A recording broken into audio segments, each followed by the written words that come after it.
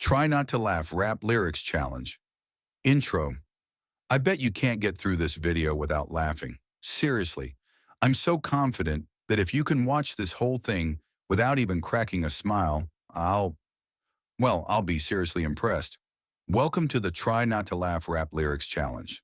Today we're exploring the most out-of-pocket, should-be illegal bars in rap history, from legends like Eminem, Lil Wayne, and Childish Gambino. These are the lyrics that make you mash the rewind button, not because they're deep, but because you genuinely can't believe what you just heard. These are the bars that were definitely written at 4 a.m. after a questionable gas station burrito.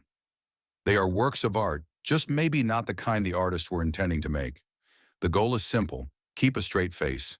I'm your guide on this journey into lyrical madness, and frankly, I don't think you have a chance. Let's see how long you last. Section 1. The warm-up. Wait, what did he say? All right, let's ease into it. We're not going to hit you with the nuclear-level nonsense right away. Think of these as light appetizers before the main course of absolute gibberish.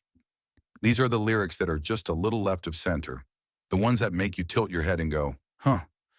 First up, a man who's no stranger to a witty punchline, the one and only Drake. On the song Pop Style, he dropped a bar that's so simple, so straightforward, and yet so deeply, deeply silly. He says, "Got so many chains, they call me Chaining Tatum." Just sit with that for a second. Chaining Tatum, like the actor, Channing Tatum, but with chains.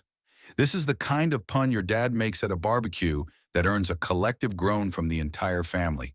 Yet here it is, immortalized by one of the biggest artists on the planet.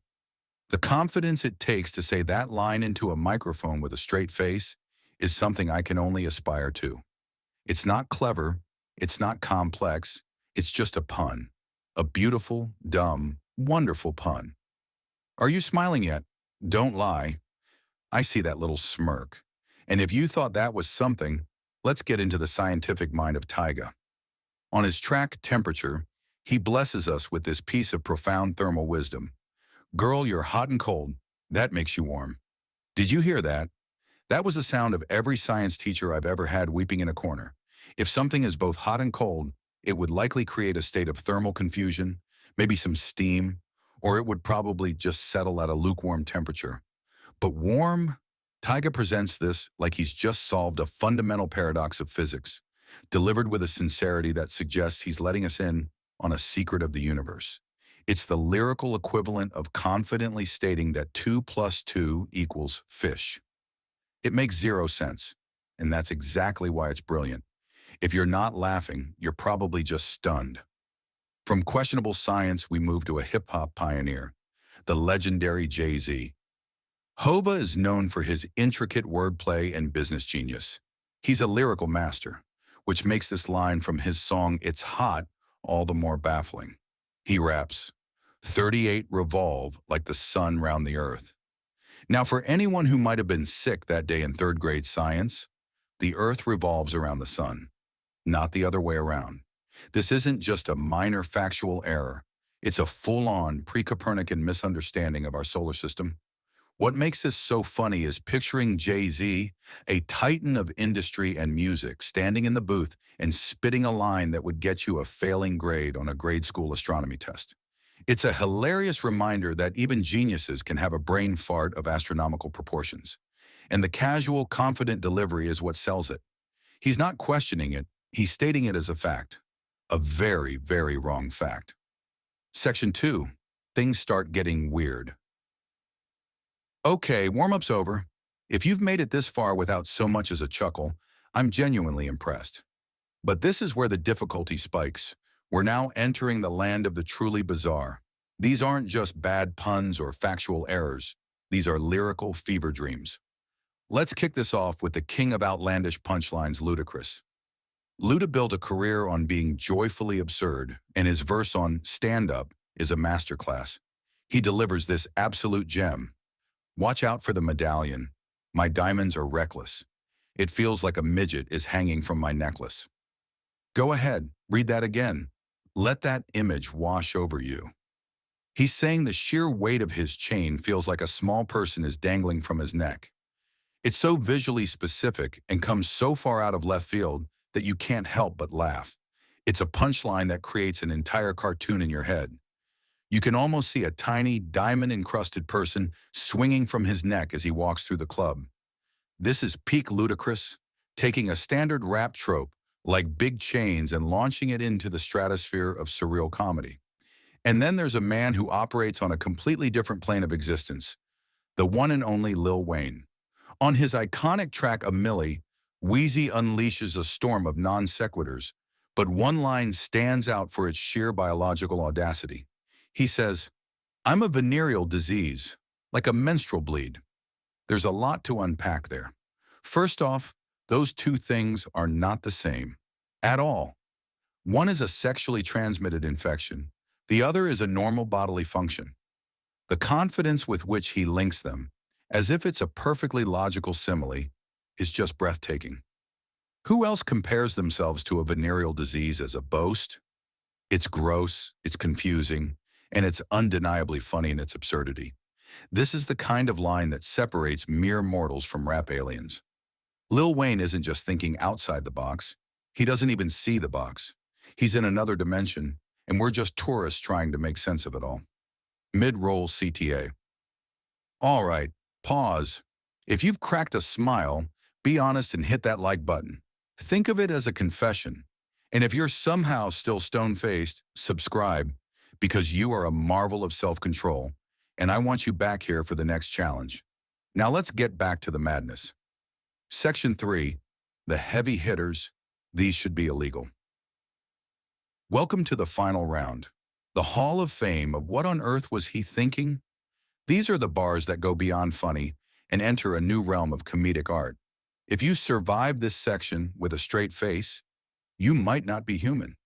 First up, Childish Gambino. Donald Glover is a genius, a polymath who excels at everything, and that genius apparently extends to crafting some of the most bewilderingly hilarious lines in rap. On his breakout track, Bonfire, he drops this piece of anatomical poetry. My dick is like an accent mark. It's all about the ovaries. Let that marinate for a second. Ovaries sounds like ovaries. It's a multi-layered pun that is simultaneously incredibly smart and incredibly dumb. It takes a moment to even get it, and once you do, you're hit with the sheer ridiculousness of the comparison. An accent mark? Really? It's a line that perfectly captures that early Gambino style. Nerdy, hyper-aware, and outrageously witty. He's flexing his lyrical skill while talking about his own anatomy in the weirdest way possible. Of course, we can't talk about out-of-pocket lyrics without hitting the master of mayhem himself, Eminem.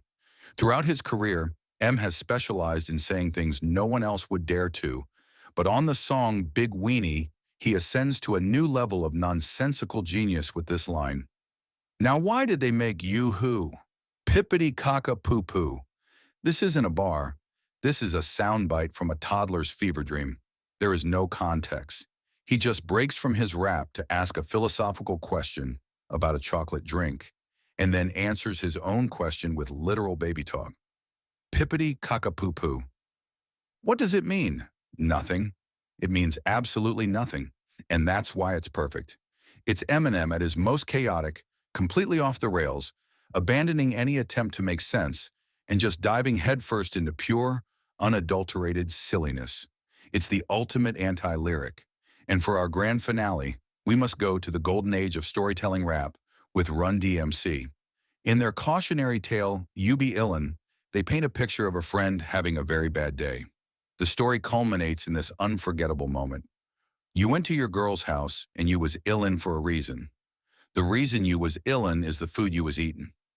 You went into the kitchen, ate a plate of her chicken. Then you went to the bathroom with your stomach just ticking. You looked in the medicine cabinet for some Pepto-Bismol, saw a can, took a big gulp, and you was illin' for sure.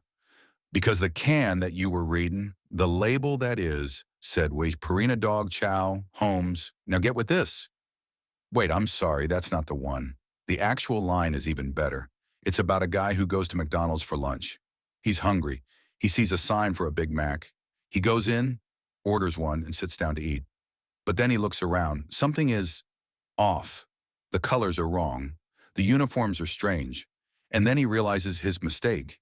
The actual lyric is, he was illin' and chilly and about to get silly.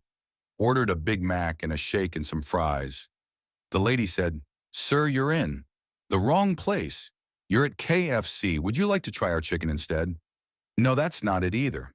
Here it is for real from UB Illin. A friend gets home late, sees a plate of food left for him, and being hungry, devours it. The lyric goes, "Dinner, you ate it. But Holmes, you did not read, it was a can of dog food." He ate a can of dog food. The story is presented with the seriousness of a Greek tragedy, the slow reveal, the dramatic pause. It was a can of dog food. It's so mundane and yet so utterly absurd. They tell the story with such sincerity, as if warning the youth about the very real danger of accidentally eating pet food. It's one of the foundational texts of unintentionally hilarious rap, a story so silly it has become legendary. Conclusion. So there you have it. From dad joke puns to astronomical errors and biological impossibilities, we have journeyed through the beautiful, chaotic world of out-of-pocket rap lyrics. These are the moments that prove that even in a genre known for its seriousness and bravado, there is always room for the absurd. Humor in rap can be intentional, or it can be a glorious accident, a line so bizarre it becomes iconic. So how did you do? Are you a champion of comedy, a stoic statue of seriousness? Or did you crack at chaining Tatum? Was it the midget on the necklace that got you? Or was it the profound mystery of Pippity Cockapoo? Final CTA. Let me know in the comments which lyric finally broke you. What's the most ridiculous rap bar you've ever heard? Drop it below. And if you enjoyed this descent into madness, make sure to like this video, subscribe for more challenges, and ring that notification bell so you don't miss the next time we explore the wild side of music. Thanks for watching, and remember, sometimes the worst lyrics make for the best content.